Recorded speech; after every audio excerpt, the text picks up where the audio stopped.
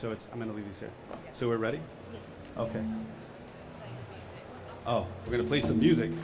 We have theme music. Special effects.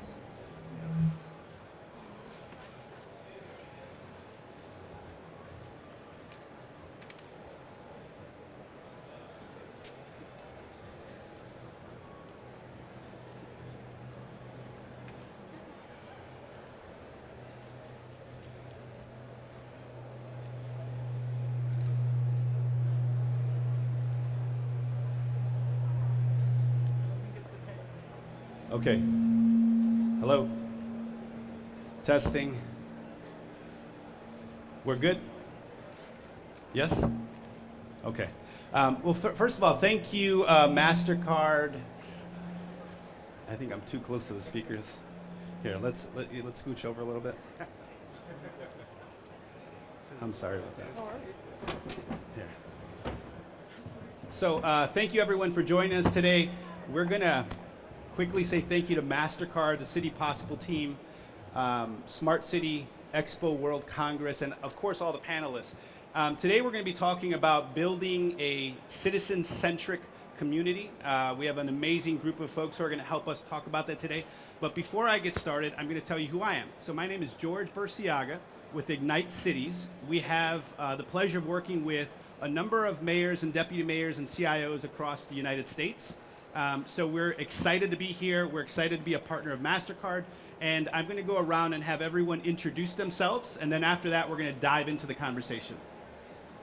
Hello, so good morning. My name is Raquel Cardamone. I'm from Bright Cities, a platform that consolidates data from cities worldwide. And here we are with the case of Juazeiro do Norte. Hello, good morning. My name is Michel Araújo, Municipality Secretary of the Development, Economic and Innovation of Juazeiro do Norte. I'm Paula Pollmeyer. I worked a long time for the Medellin government for the Innovation Center, Ruta M, and I'm mainly working in citizen participation strategies, smart city strategies with governments. Good morning. I'm Scott Eddington, CEO of Deep Labs, San Francisco-based artificial intelligence company. Morning, everybody. My name is Miguel Sambla. I'm the Deputy Mayor for the City of Los Angeles. I run budget and innovation. Morning, my name is Sapan Shah. I work for MasterCard, part of the Global Cities team based in London. So you can see we have a really interesting panel. I think everybody here would agree that the heartbeat of every city are the people that live there. So today, while we discuss building a citizen-centric community in cities all around the world, we're really going to dive into that heartbeat, really focusing on people. When we start to build ideas or resolve issues or focus on city priorities, they always have to lean on the people that live there, right? So let's just go around real quick. I know you had a quick statement you wanted to read about your city. Okay.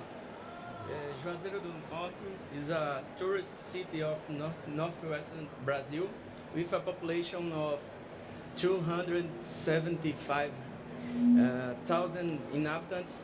It's a citizen-centered city. We are getting a lot of attention in Brazil because we are innovative and we approved the first innovation law with master plan for smart cities technology in the country, with the support of the Mayor Arnon Bezerra and the City Council. We have also been innovative in finding technological solutions to optimize public management and break government silos. Our main objective is to improve people's quality of life and we ensure that technology really benefits the citizen. In the city of Juazeiro do Norte, we reinforce our smart city plan by diagnosing the city with the help of the Bright Cities platform, which analyzed more than 160 city indicators and identify which areas need improvement. No. I think it's better not working. Hello? My name is Okay. Go ahead. Repeat. Yeah. You're good? Juazeiro do Norte is a tourist city of northwestern Brazil with a population of 275,000 inhabitants. It's a citizen-centered city. We are getting a lot of attention in Brazil because we were innovative and we approved the first innovative law with master plan for smart cities technology in the country, with the support of the mayor, Arnon Bezerra, and the city council. We have also been innovative in finding technological solutions to optimize public management and break government silos. Our main objective is to improve people's quality of life, and we ensure that technology really benefits the citizens.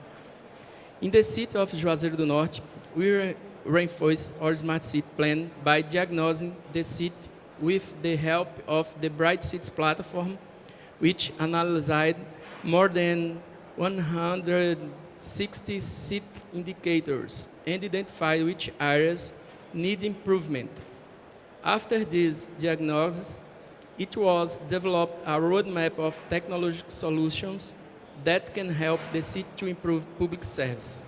Several initiatives are currently underway, but we can highlight the city app that will consolidate our service offered to citizens is in one place and the innovative plan to use, for example, a MasterCard card for citizens to pay city tax and public transportation.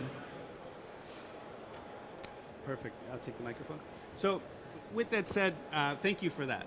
Thank you for it. Let's talk about things that are actually going on based on, issues cities are dealing with. Deputy Mayor, I know that in Los Angeles you lead with technology frequently on just about everything you do.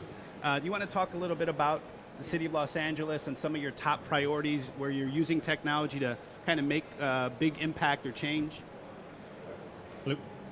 Yeah, so for Los Angeles, we've, as George just said, we use a lot of technology to amplify, the quality of life for our residents. And I think, a couple examples right now that come to mind. Well, first and foremost, pretty sure that everybody knows that Los Angeles is earthquake area, very much anywhere along the East Coast, right? The West Coast, we have the possibility of earthquakes. And it's one of those things that Angelinos constantly live with over their head. Yeah. And so recently the mayor had just launched his Shake Alert LA, which was actually proactive notification for all of Southern California using sensors to give us up to 6 seconds advance notice for earthquakes that are happening in the region. And that's just enough time for us to then start shutting down oxygen lines at hospitals, making sure that elevators stop, making sure that highly sensitive kind of operations that are happening in the city shut down so that there isn't any kind of greater damage. So that's probably one of the biggest kind of highlights that we're using technology for. And it's not only just creating that for technology's sake, obviously, but it's very impactful for the everyday Angelino, right? Absolutely. For all of the points that I just mentioned. Absolutely. Since we're kind of going with time, I think I'll stop there and then just give some people a chance to talk too. Absolutely. Well, Scott, tell us a little bit about what you're doing. Sure. So again, I'm Deep Labs, artificial intelligence company based in San Francisco. And then primarily what we focus on is how we integrate sensor technology, Buzzer Bingo IoT sensors, and effectively be able to extrapolate insights to do predictive analytics for and on behalf of constituents of various cities, with the aim primarily being around anti-fraud fraud detection, identity verification, and ultimately be able to again create a better understanding of the individual consumers, such that government services can be hyper-personalized and tailored to those citizens. Got it. And I know, Paula, in Medellin, you worked on a number of initiatives. Do you want to tell us a little bit about? Yeah.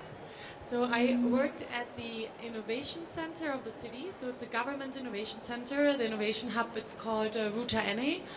And we actually, we're right now here at the City Possible stand. We launched a city collaboration network because Medellin, I mean, from its past, we had the bad drug war, really bad economic crisis.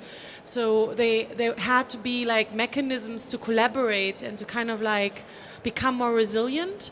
And that's when Medellin said, okay, we need a center or a hub which starts kind of like articulating the private sector, academy, government with each other to actually think together about solutions and think about in how we can, through collaboration, approach the most challenging, the most pressing challenges of the city. And I was there responsible for the Open Innovation Program. And what we did there mainly is that we said, yes, we have to collaborate between the three different institutions, but we also have to integrate more citizens into the public innovation processes. So we did a big citizen participation program where we had ears, we were bringing them into the comunas, because I was just in a with Argentinian delegation, and we talked about how important it is to actually, when we develop tech for people, we need to understand the realities. And very often in the Innovation Center, I also experienced it that we were creating public policy or certain tech solutions, but we have never been in the community and really working with the people there. So in Ruta N, there's a really strong focus on that, to become and to create a more citizen-centric public innovation process. And then there is also a very nice thing which I always promote, is the exchange of solutions.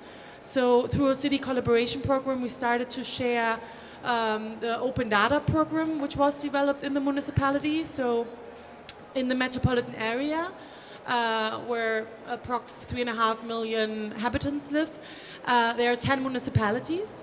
And then there was an idea about how can we start sharing a solution which is already working for us, which was the Open Data platform and the whole Open Data strategy, with other cities. And that's when Medellin shared it with the metropolitan area. They implemented the Open Data platform and strategy, and then they brought it to the other municipalities. So it's all about like, how can I foster collaboration, co-creation, and very often it's necessary to create those hubs, even if you already have those mechanisms in your city. But from my experience in that, and I'm not working there anymore, but from my experience, it's very powerful to have an institution or a team which generates those collaboration, co-creation processes. It's extremely interesting. There's when we think of communities and people in general, we have to think about transportation, right? It's a key role or vehicle within every city.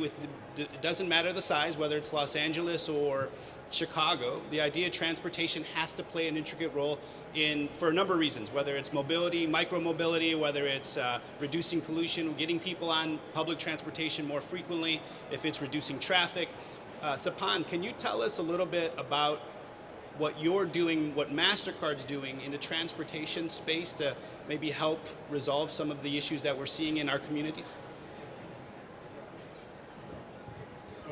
What we're trying to do is think about, from a customer's perspective, from a citizen's perspective, how do we make it easier for a resident of the city to go from point A to point B in a more seamless manner. And what I mean by that is, if you look at a number of cities around the world, there are a number of issues, or they need to do something specific to be able to use public transportation. You need to go somewhere, get a ticket, or you need to go and get a smart card, or you need to go and top up your smart card. There are a number of these barriers that are sometimes presented to a resident to be able to use public transportation. So one of the things we are trying to do is, how do you enable people to use stuff that they already have, be it cards that they carry in their wallets or smartphones that they carry in the pockets, to use that to get in and out of public transportation. It's a better customer experience. It's a more efficient mechanism for cities, because they can essentially outsource a lot of the costs associated in managing their own payments ecosystem to the broader payment networks. And then so that is one area where we are working with cities on. The other area is just to think about, if you look at a city, apart from public transportation, there are various other modes. Think about taxis and bikes and e-scooters and Ubers and Lyfts. All of these have their own payment schedules, they have their own apps, they have their own timetables. How do you think about if I need to use the best of what's available in the city, if I need to harmonize that and make it easier for people to use, go from A to B using multiple modes of transportation, if that's the most convenient way to get to a place, then how do I do that in a more seamless manner so that I don't need to figure out how do I use train, how do I get a card for the train, and then how do I download an app to use this, then how do I get a separate app for using the scooters, how do you harmonize all of that using one single form factor? So consolidating, building higher efficiency to get around, to get people from one place to another the fastest and most convenient way possible. With that, we hear a lot the idea of building a smart city, but it's only smart if it actually serves everyone, right? We have to be able to think about everyone in that city. I know that, and I'm going to direct this question to Deputy Mayor. In LA, you really get out to ensure that everybody has a place that they can grow and become vibrant. You're doing a lot to take on homelessness in Los Angeles. It's a priority for yourself, for the mayor. Can you tell us a little bit about sort of the tactical approach you're taking to really start to help support and resolve not only the symptoms but homelessness in general? Yeah, and I'd say that, without going too deep into homeless policy, which is fairly extensive, I think I'll kind of summarize it in saying a few different things. In that, there was, I think early on in the administration, actually a LA Times kind of indictment of the city of Los Angeles saying our streets were not clean, dirty. And you can look it up, it's online, right? So, but the whole point of what I'm saying was there were all the work that our entire workforce was doing towards trying to make sure that and I'll get to homelessness in a second, I just wanted to preface it, all of our streets were clean. And we were looking at kind of like different metrics. We actually had to build out a whole new system so that we would change from being very responsive, complaint-driven, where some of the richest areas of our cities would get the most amount of service, and some of the poorer areas would get the least amount, right? And so we had then like kind of wholesale changed how we operate there so that there was greater equity in how we would deliver our services. The city of Los Angeles has been looking at more and more at the data that it has, both at the city and county level, using larger kind of data sets and working with our universities and other partners to make sure that we're actually targeting more of the resources that we need to the places that need it. In addition to then trying to, get upstream, right? We're pulling everyone out of the river.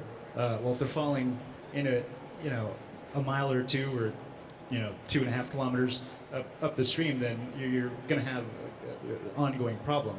And in that, the other strategy has been really trying to make sure that there's greater kind of opportunities created in many different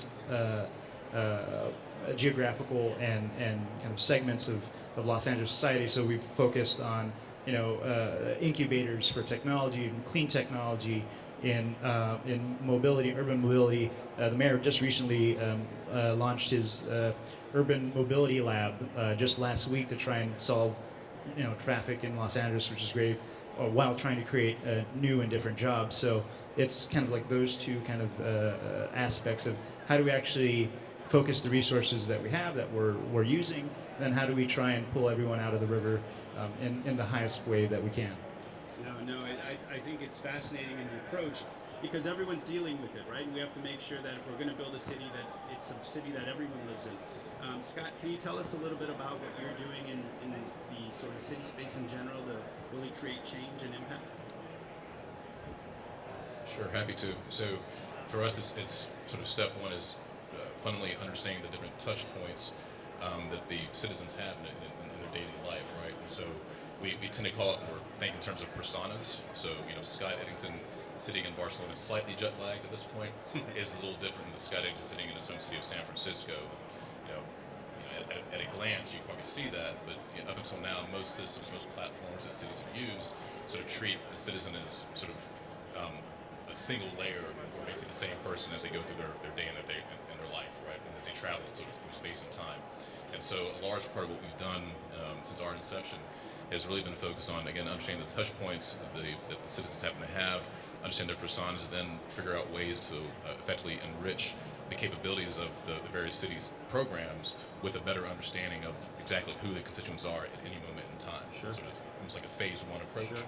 And then ultimately the goal is to obviously generate a better understanding, basically a multi-layer understanding of the various citizens such that they can then be served up with those hyper-personalized experiences. Because let's be honest, everyone is not the same in terms of what their needs are and what services they might happen to need as they go through, again, their day-to-day life. Sure, sure. And we're recognizing that in order to build a city for everybody, the infrastructure around us is changing, right? We're noticing that we're seeing more connected and intelligent-based infrastructure.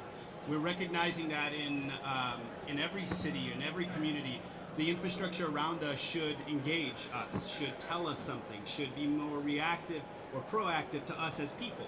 If I'm walking down the street and I hear a gunshot, that light should get brighter. It should dispatch police. The bus should stop moving in that direction. We should be notified, and that data should be collected so that way we know where to put police more frequently. That would be the ideal situation. And we see cities like Los Angeles and Chicago and New York and in Medellin and other places where they're starting to think that way, and we're starting to see infrastructure grow. Yeah, Raquel, can you tell us a little bit about? Can you tell us a little bit about? I don't know which one's working, but okay. So give me one more microphone. Yeah. Yeah, so tell us a little bit about what Bright Cities is doing to kind of help build that type of idea, you know, where infrastructure is connected around people and making it better for them to live in that city. Okay. Only one. Okay, great.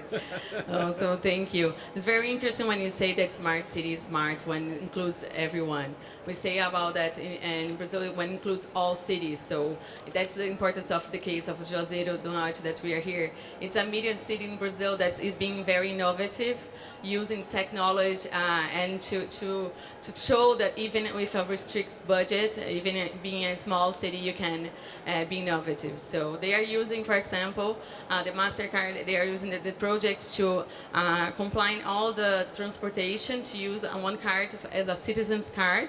So they can use on the transportation, they can use on the health system, and they can use to pay taxes.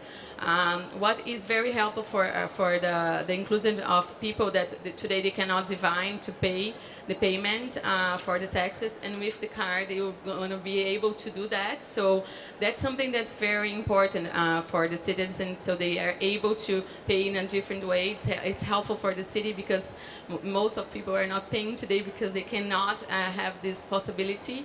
So that's something that's very innovative for the cities. So it's very important for us to always go through using the technology to get a good results in terms of how it's going to be improve the day-to-day of the citizens. So that's one, I think, good example that this small city that's having so many ideas and implementing, even having the restricted budgets, but using the technology to do that. So. Smart infrastructure helping communities in Medellin for you? Smart infrastructure. I think the biggest challenge when we talk about tech is that a lot of people don't know how to what it actually is. Like when we implemented the data strategy in Medellin, a lot of people don't even know how to read certain things. You know, like it's always like this harmonized strategies which we imagine, and we say, okay, we're gonna implement the platform, and then people can like log in and like download the data, but what are they gonna do with it, right? And very often the problem is that we don't make it tangible enough for the people. So in Medellin we have like big favelas, 70% are low and mid-income people who are very, very scared about what is coming, right? So right now in Medellin, I don't know if some of you know, but the World Economic Forum created a center, the Fourth Industrial Revolution Center in Medellin. There are 12 in the world. And we're thinking about public policy in Ruta and about how are we going to be approaching, like how are we going to be planning what is coming with the Fourth Industrial Revolution and how we're going to react to it. And I think one of the biggest challenge here, if we talk about infrastructure and so on, is how do I make it understandable for the people what is happening in this big innovation center when we talk about Fourth Industrial Revolution, and how am I going to be involved and how I'm not going to like lose my job in a way. So it's very much about like giving feedback and integrate them so they actually are part of the solution. And with the data strategies, for example, we did data shows in the different communities to kind of like make them understand what is the value, the added value of data. For example, if I use a sensor or the watches, the smart watches, how I can like measure my health and how can I kind of react to it. So it's like with very practical examples, bringing the value of data to the citizens and make them understand what it is and how they can use it and benefit from it. So. So while we notice the growth in population in cities is growing at this rapid pace, we got to take our time to really build technology that works for people. I'm going to point to Deputy Mayor and ask, I'm going to you next. What's one of your top priorities right now that's really focused on impacting people in general? Like, what out of everything you're dealing with, where's that priority issue topic that you're really focused on in LA to really create change within the city directly? You might be this one. Yeah. So I was actually going to be talking about this a little bit at the plenary session, but I actually wanted to say that probably identity and knowing who the person is and how you can craft and curate a message, a service towards them is one of the things as a government entity, right? We're really big systems of records, passports, driver's license, all these things. And then when you translate that into the digital realm, that means a whole other thing. And it's surprising. There's a difference in how much the government is trusted versus, let's say, Facebook or any of the larger kind of institutions. We have to kind of build on that. So in order to really kind of unlock some of that digital transformation, I think it's going to be important for us in the government sector to really understand how all of that plays without infringing on anyone's rights. That's going to be a fundamental kind of building block to then applying all types of AI using different technologies like blockchain, right, on this aspect. So I think there's the very basic thing of making sure that there's trust between all these entities that matter.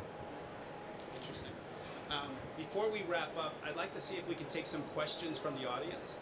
For anybody on the panel, are there any questions you'd like to ask, what maybe some of these cities are doing, or any questions based on the topics that we just discussed?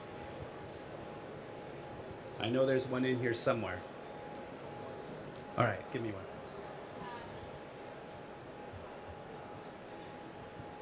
Hello. I spend a lot of my time thinking about climate and weather and seismic events and resilience to these. And we talked about housing a little bit, but I was wondering with LA and even Medellin, how do you think of building better housing, affordable housing, but also making sure that we don't build in areas that are prone to wildfires, and what data and what do you use to kind of make these kind of zoning decisions, but also other kind of governance decisions?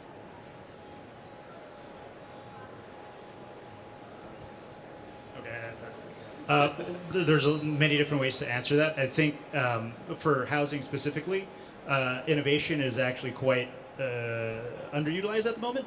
It's a great opportunity for us. Part of the reason why we've actually sanctioned some of the bond monies that Los Angeles has taxed itself, just to give context, Los Angeles taxed itself to build more permanent supportive housing for its homeless population.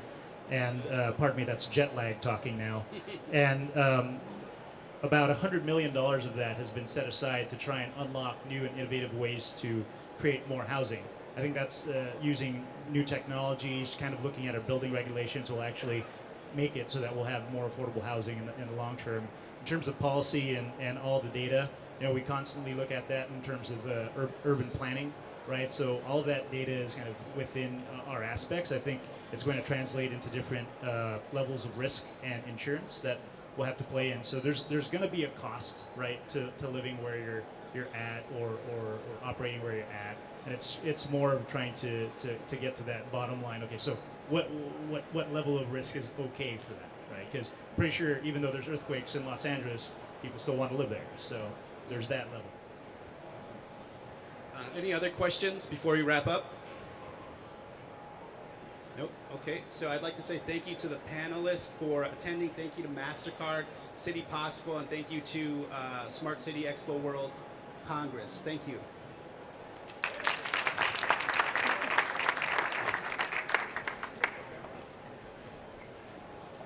We gave you a minute back. Oh, yeah. It's okay.